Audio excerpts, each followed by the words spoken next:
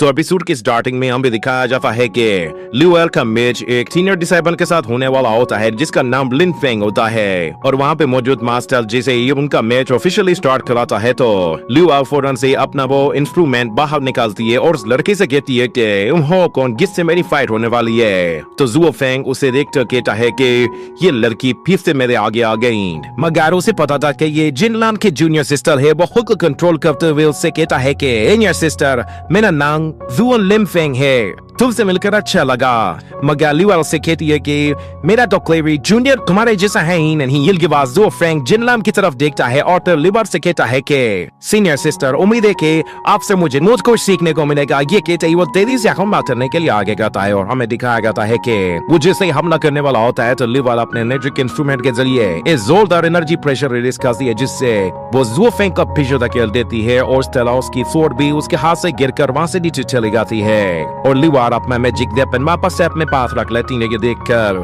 जुओ Feng कहता है कि इस लड़की को संभालना इतना भी आसान नहीं होगा। ये कहते ही वो फौरन से एक लीफ बाहर निकालता है जिसे देखकर ल्यूएल से कहती है कि तुम इस टूटे पत्ते के साथ क्या करने वाले हो, जिस पर वो कहता है कि तुम बस देखती जाओ। ये कहने के बाद हम देखते हैं कि वो हरा पत्ता हवा में ऊपर जाते ही जैसे ये एक्टिवेट होता है तो हम देखते हैं कि वहाँ का माहौल आहिस्ता आहिस्ता चेंज होना शुरू हो जाता है और ल्यूएल देखती है कि वो आहिस्ता आहिस्ता एक फैंटेसी वर्ल्ड के अंदर जा रही है जो कि बाकी दुनिया से बिल्कुल अलग है। उस ग्रीन लीफ ने असल में कौन फॉर्मेशन एक्टिवेट कर दी थी। उस वर्ल्ड में आने के बाद वो सिंगर डिसाइपल उस लड़की से कहता है कि इस हरे पत्ते को गोल्डन सिल्क वर्म लीफ कहा जाता है। मैंने इस लीफ को किसी से उधार लिया है स्पेशली इस कंपटीशन के लिए। ये कहने के बाद वो उन लीफ के जरिए उसने जैसे हमला करता है तो ल्यूएल उसका वो लीफ पकड़ लेती है जिसके बाद जुओ फेंग उससे कहता है कि ये मैच तो मैं जीत कर लिया हूँगा।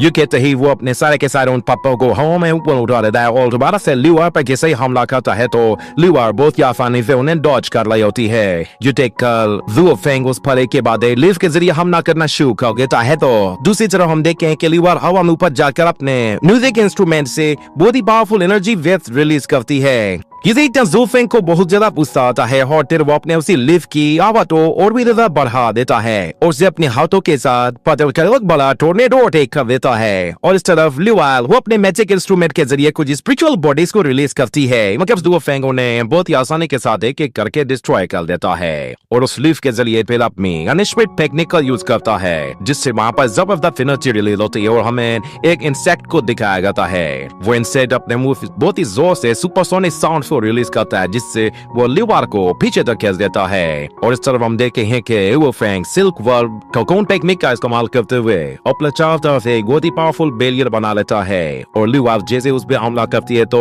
वो अटैक सीधा उस बैरियर से टकराकर डिस्ट्रॉय हो जाता है जिस पर जुओ फेंग जोर जोर से हंसने लगता है और वो कहता है कि इस अटैक का कोई फायदा नहीं, तुम बिला वजह में ही अपनी एनर्जी जाया कर रही हो, इसे इस स्पिरिचुअल एनर्जी अटैक से तो बिल्कुल भी डिफरेंट नहीं किया जा सकता। ये कहते ही वो उस बैरियर से एक जोरदार एनर्जी प्रेशर रिलीज करता है जिससे वो ल्यूएल को उठाकर दूर फेंक देता है मगर वो खुद को किसी तरह होल्ड करने की कोशिश करती है और कहती है कि इसकी एनर्जी तो बहुत ही ज्यादा है। और दूसरी तरफ शुआन लोंग उसके लिए बहुत ज्यादा घबरा जाती है क्योंकि वो हारने वाली थी और इस तरफ शाओलिन भी कहती है कि मुझे लगता है यार की हारने वाली है। और इस तरफ जुओ फेंग ल्यूएल से कहता है टू मेक पीसेस वो भी हारने वाला नहीं हूँ। ये कहने के बाद वो जोर जोर से हंसने लगता है और इस तरफ ल्यूएल वो दोबारा से खड़ी हो जाती है जिस पर जुओ फेंग उससे कहता है कि लिटिल सिस्टर तुम तो सच में काफी कमाल की हो, मगर बदकिस्मती से अब खेल खत्म होने वाला है, मैं तुम्हें पुश करके इस स्टेज से नीचे गिरा दूंगा। मगर ल्यूएल कहती है कि इतना करने की जरूरत नहीं है। ये कहते ही वो हवा में ऊपर जाकर उस पर एक साथ बहुत पावरफुल एनर्जी वेव अटैक करना शुरू कर देती है मगर कोई भी उसका पेट उस बैरियर को तोड़ नहीं पाला था। ये जुओ फेंग हंसते हुए कहता है कि तुम बिलो जमे ही अपनी एनर्जी वेव कर रही हो, इसका कोई भी फायदा नहीं होने वाला। मगर हम देखते हैं कि ल्यूएल वो कंटिन्यूसली अटैक किए जा रही होती है जिस पर ली शाओ कहती है कि आखिर ये लड़की क्या कर रही है, इस तरह तो ये अपनी सारी एनर्जी बर्बाद कर देगी। मदर फेंग से कहता है कि बस तुम देखते जाओ और इतने में लिu शाओ को दिखाई देता है ल्यूएल जानबूझकर अपने अटैक नीचे जमीन की तरफ कर रही है ताकि वो अपनी एनर्जी को जमीन के अंदर स्टोर कर सके। और हम देखते हैं कि ल्यूएल की सारी एनर्जी जैसे ही जमीन से टकराती है तो वो जमीन के अंदर स्टोर हो जाती है और वो पूरी की पूरी जगह ल्यूएल लिवाल के अटैक से भाग जाती है। कोई भी जगह ऐसी नहीं थी जहाँ पे उसका एनर्जी ट्रैप ना बिछा हो। मगर फिर इस तरह ज़ू फेंग उससे कहता है कि चलो तुम्हारे साथ बहुत खेल खेल लिया, तुम यहाँ पे सिर्फ और सिर्फ अपना ये पियानो बजाने के लिए आई थी। ये कहते ही वो दोबारा से अपनी एनर्जी का इस्तेमाल करते हुए लिवाल को हवा में ऊपर उछाल देता है, जिसकी वजह से वो लुढ़कते हुए नीचे जा रही होती है। मगर वो एक पत्थर का सहारा लेकर किसी तरह खुद को बचा लेती है और दिल अपनी उसी टेक्निक का इस्तेमाल करती है जो कि उसने जमीन के अंदर स्टोर की थी। और हमें दिखाया जाता है कि जिस जगह ज़ू फेंग खड़ा था उसके नीचे वो सारी एनर्जी आहिस्ता ऊपर आने लगती है और वो फेंग ये देख कर डर जाता है और उसमें अचानक ये एनर्जी बाहर निकलती है तो उसका साउंड बहुत ही ज्यादा होता है। इतने ज्यादा साउंड एनर्जी को ज़ू फेंग बर्दाश्त नहीं कर पाता और जोर जोर से चीखना और चिल्लाना शुरू कर देता है। इसके अटैक को देखकर लिन शाओ कहती है कि सच में ये लड़की तो काफी चालाक है, ये उस लड़के के डिफेंस को तोड़ नहीं पा रही कि तो इसने अपने सारे अटैक जमीन के नीचे से किए हैं। और इस तरफ जब लिवाव देखती है कि उसके एनर्जी अटैक बहुत ज्यादा हो चुके हैं तो वो फौरन से अपने उस पियानो को रोक देती है और हम देखते हैं कि उस एनर्जी की वजह से ज़ू फेंग की हालत बहुत ज्यादा खराब हो जाती है और वो बिल्कुल भी खड़े होने के लायक नहीं रहता। तो उसका वो सिल्प वर्म वो भी पुल जना से दोबारा से एक पत्ते में कन्वर्ट होकर वापस से उसके पास चला जाता है। उसी के साथ जिन मैच यहीं पे ही खत्म हो जाता है और एल्डर अनाउंस करता है कि जिन मैच लिवार जीत चुकी है। ये सुनकर लिवार भी बहुत ज्यादा खुश होती है और वहाँ पे मौजूद एक लड़की उसने कांग्रेचुलेशन कहती है। इसके बाद फिर एक एक करके वहाँ मौजूद सब लोग उसे कांग्रेचुलेट कहते हैं और लिवार अपनी बहन जियालान और लोन शुआन से कहती है कि आप लोगों ने देखा मैं अपना मैच जीत गई हूँ। और वो फेंग हान को भी बताती है कि तुमने देखा ना मैंने कैसे फाइट की। तो फेंग हान लिन शाओ से कहता है कि मैंने तुम्हें कहा था ना ये आराम से जीत जाएगी। और फिर वहाँ पे अनाउंसमेंट होती है और बताया जाता है कि अगला मैच होने वाला है लिन यान और युआन जियांगकोंग के बीच में। तो लिन यान होरन से खड़ा हो जाता है और उसकी जूनियर सिस्टर उसे चीयर करती है। मतलब लिन यान जब युआन जियांगकोंग की तरफ देखता है तो युआन जियांगकोंग उसे इग्नोर करके फौरन से मैदान में आ जाता है और वो दोनों ही एक दूसरे के सामने आकर खड़े हो जाते हैं। जिसके बाद लिन यान उससे कहता है कि ब्रदर आप कैसे हैं, कॉन्फिडेंट के बाद देख रहा हूँ आपको। तो दूसरी तरफ ब्रदर युआन भी कहता है कि ब्रदर लिन आप कैसे हैं। वहाँ पे बैठे हुए लोग कहलाए होते हैं कि ब्रदर लिन को पूरा माउंटेन में फोर्स रैंकिंग का वॉरियर है, उसका तो युआन जियांगकोंग के साथ कोई मैच है ही नहीं। हिलास लिन यांग युआन जियांगकोंग से कहता है कि ब्रदर मैंने सुना है कि तुमने अपनी सिल्वर स्नेक फ्लोट को डिजर्ट में घुमा दिया है। मेरे पास एक बहुत ही अच्छी सोड है, मैं काफी टाइम से वो फ्लोट तुम्हें देना चाहता था पर मुझे कभी मौका ही नहीं मिला और मैंने सोचा भी नहीं था कि तुम इस कंपटीशन में से ही खाली हाथ आ जाओगे, तुम्हारे पास तो कोई भी वेपन नहीं है। मगर युआन जियांगकोंग उससे कहता है कि क्यों ना हम लोग बातें करने के बजाय सीधा फाइट करना शुरू। पर लिन यान कहता है कि चलो फिर ऐसी बात तो फिर ठीक है, जिन लड़ाई शुरू करते हैं। यू कहते ही वो फौरन से अपने स्पीयर को बाहर निकालता है और तेजी से उस पर हमला करने के लिए जाता है। और इस तरफ हमें दिखाया जाता है युआन जियांगकोंग को जो कि अपनी एनर्जी के जरिए एक वेपन बाहर निकालता है। वो वेपन असल में एक फायर बर्ड होता है। उस बर्ड को देखकर लिन यान भी हैरान हो जाता है और वो कहता है कि ये तो रेड फ्लेमिंग बर्ड है। उस वेपन को देखकर वहाँ पे मौजूद कुछ डिसाइपल्स कहते हैं कि ये वेपन को जिनशिटाई का वेपन है। इसका मतलब ये लेकिन युआन जियांगकोंग के पास अब किसी तरह का कोई भी वेपन नहीं है। और इस तरफ लिवा कहती है कि सिस्टर आज तो ये किस तरह का मैजिक वेपन है, क्योंकि ये देखने में तो काफी अमेजिंग लग रहा है। तो जियालानो से बताती है कि ये असल में ली फैमिली का ट्रेजर है जो कि जिनशिटाई को प्रैक्टिस करने के लिए दिया गया था। उससे पहले ये ट्रेजर बी यान फेंग के पास हुआ करता था जिसके जरिए वो किसी की भी एनर्जी को सप्रेस कर सकता था। मगर मैंने सोचा नहीं था कि ये ट्रेजर सीधा जिनशिटाई के पास पहुंच जाएगा और से युआन जियांगकोंग ले लेगा। तो शुआन लोग कहती है कि मुझे ऐसा लग रहा है कि जैसे ब्रदर युआन जियांगकोंग ने ही उस ब्रदर जिनशिटाई से ये ट्रेजर मांगा होगा, क्योंकि मुझे पास अब कोई ट्रेजर है ही नहीं। तो जिनशिटाई का नाम सुनकर फेंग हान वो कहता है कि अच्छा युआन जियांगकोंग इतना गिर गया है कि अब वो जिनशिटाई के वेपन लेने लगा है। मगर फिर दूसरी तरफ मिन शाओ कहती है कि आखिर ये जिनशिटाई कौन है। तो ड्रैगन से बताता है कि जिनशिटाई असल में एक ट्रू डिसाइपल है जो कि सुपर मैच्योर रियल अंक के सेकंड लेवल में है और फेंग हान ने उसे बहुत पहले ही हरा दिया है। ये सुनकर शाओलिन काफी हैरान होती है और वो फेंग हान की तरफ देखती है। मगर लिसन लिन यान हैरान होता है और वो कहता है कि मैंने सोचा नहीं था कि ब्रदर युआन जियांगकोंग इस तरह के मैजिक वेपन का इस्तेमाल करेगा। मगर युआन जियांगकोंग इतना ज्यादा एरोमेट हो जाता है कि वो लिन यान से कहता है कि ब्रदर आओ और वेला वुड पर हमला करके दिखाओ। ये कहने के बाद लिन यान उस पर अपने स्पीयर के साथ गिविंग हमला करता है तो हमें दिखाया जाता है कि युआन जियांगकुक के सामने एक बैरियर ओपन हो जाता है जो कि लिन यान के अटैक्स को रोक देता है। लिन यान अपने स्पीयर के साथ उस पर बराबर करने की कोशिश करता है मगर उसका कोई भी फायदा नहीं होता। ये देखकर वो जोर जोर से हाथ में लेता है और कहता है कि ब्रदर लिन न चाहेंगे शायद तुम्हारे स्पीयर में कोई दम नहीं है, वो तो मेरे इस बैरियर को भी नहीं तोड़ पा रहा। ये कहकर वो उसका मजाक उड़ाने लगता है मगर दूसरी तरफ लिन यान जिससे ही वो अपनी पावर को बढ़ाता है तो युआन जियांगकुक उससे कहता है कि ब्रदर चलो अब हार मान जाओ। मगर लिन यान अपने स्पीयर के साथ फिर से उससे हमला करने के लिए जाता है और इस मर्तबा उसका हमला फैले के मुकाबले में ज्यादा ताकतवर होता है जिसकी वजह से युआन जियांगकुक को भी बहुत ज्यादा दिक्कत का सामना करना पड़ रहा था। वो अपनी पूरी ताकत लगाकर उस बैरियर को प्रोटेक्ट करता है मगर हम देखते हैं कि लिन यान अपना पूरा जोर लगाकर उस बैरियर को तोड़कर युआन जियांगकुक को पीछे धकेल देता है। ये देखकर वहां मौजूद सब लोग हैरान हो जाते हैं और फिर ब्रदर लिन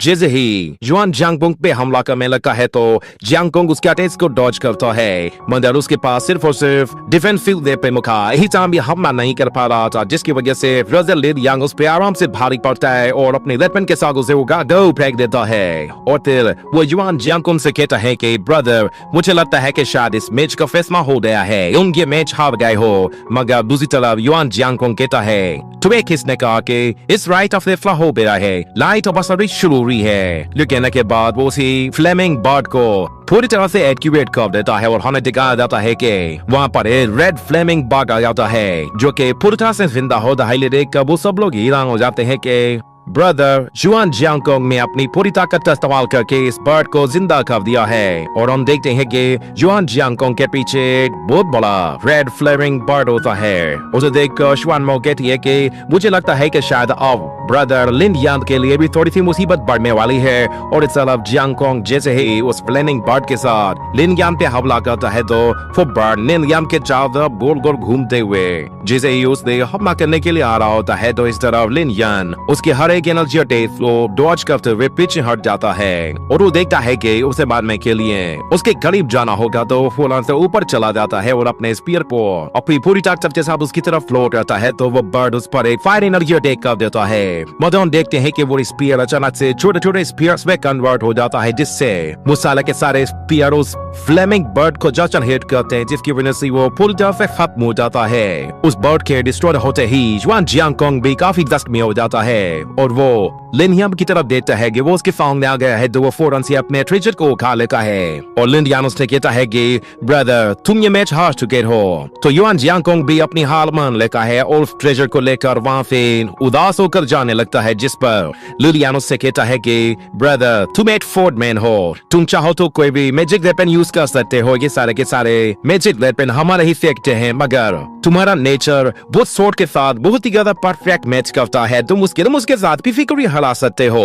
मुझे लगता है कि अगर तुमने सोर्ड यूज की होती तो शायद तुम आज मुझे हरा देते। जब तुम्हारे पास एक अच्छी सी सोर्ड आ जाए तो प्लीज A5 दोबारा आना, हम लोग फिर से कंपटीशन करेंगे।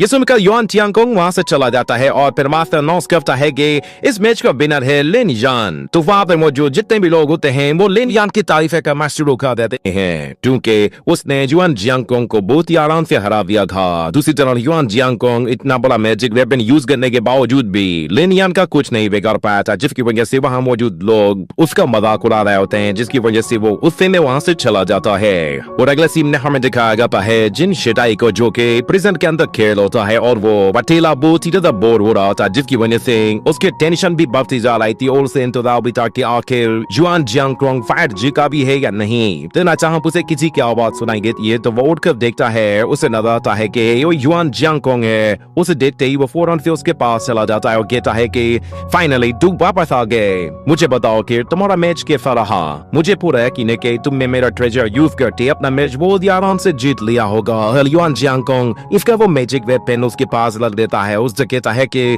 ब्रदर इस मैजिक वेपन के लिए तुम्हारा बहुत बहुत शुक्रिया, पर बदकिस्मती से मैं अपना मैच हार गया हूँ। ये सुनकर जिन शिटाई कहता है कि ये नामुमकिन है, तुम हार ही नहीं सकते क्योंकि मेरे इस गोल्डन बर्ड में इन्फिनिट एनर्जी है, इसे कोई भला कैसे हरा सकता है। तुम अकेले ही इस मैजिक वेपन के साथ मैजिक रियल के वॉरियर्स को हरा सकते थे। तो फिर भला तुम अकेले किसी इनर डिफाई परफेक्ट कैसे हार कर आ गए? मतलब युआन जियान पोंग उससे कहता है दे ब्रदर जिन, मैं एक हम्बल करके बेटा हूँ। मैं जानता हूँ कि आपका मैजिक वेपन वो बहुत ही अच्छा है, पर मुझे नहीं लगता कि शायद ये मैजिक वेपन मुझे सूट करता है, क्योंकि मेरा नेचर वो स्वॉर्डमैनशिप वाला है। इसलिए इस मैजिक वेपन को मैं सही से यूज नहीं कर सका।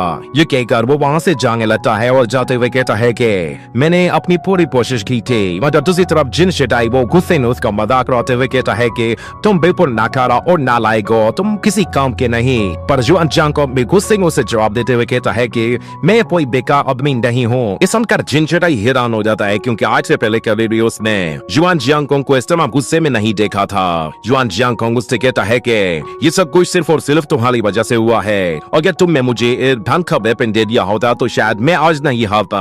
ये सुनकर जिन शिटाई हैरान हो जाता है और कहता है कि अच्छा तो तुम अब मुझे ब्लेम कर रहे हो, तुम तो एक नंबर के एटेबाज इंसान हो। एक को मैंने तुम्हें अपना वेपन दिया और ऊपर से तुम अब मुझ पर ही इल्जाम लगा रहे हो। मगर जुआन जियांग उससे कहता है कि तुम्हारे पास डिवाइन सीक्रेट रियल की पावर है और ऊपर से तुम्हारे पास ज़ूरोंग गॉड फायर भी मौजूद है, मगर फिर भी तुम फेंग आंग को नहीं हरा पाए थे। ये सुनकर चिड़चिड़ाई हुसैन उससे कहता है कि तुम्हारी हिम्मत कैसे हुई ऐसी बात करने की, तुम मेरे आगे हो ही क्या? जुआन जियांग तुम उसे एक मरतबा देखते जाओ, जैसे ही मैं यहाँ से बाहर आऊंगा तो सबसे पहले मैं तुम्हें देखूंगा कि तुम मेरे सामने कैसे बात करते हो, या फिर मैं सबसे पहले अपने फादर को कहकर तुम्हारी तबीयत ठीक करवाता हूँ। मगर जुआन जियांग कहता है कि मुझे इसकी कोई परवाह नहीं। ये कहकर वो वहाँ से जाने लगता है, जिस पर जिन शिटाई गुस्से में चिल्लाता रह जाता है। और अगले सीन में हमें फेंग हान को दिखाया जाता है। उसके वही जासूस मोटू और पतलू उसके पास आते हैं और उसे जी नानटियान के बारे में बताते हैं कि वो रिसेंटली वान लू पीक पे गया था और वहाँ पे उसने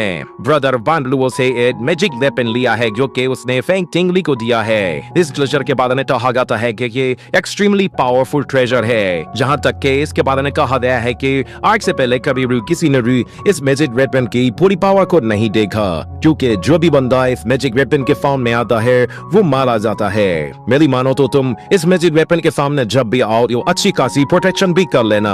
मध्य फिर फेंग कहता है कि जब तक फेंग टिंगरी खुद इस लॉन्ग नहीं बन गया कि उसके पास पावरफुल मैजिक वेपन हो या फिर ना है, उसे कोई फर्क नहीं पड़ता।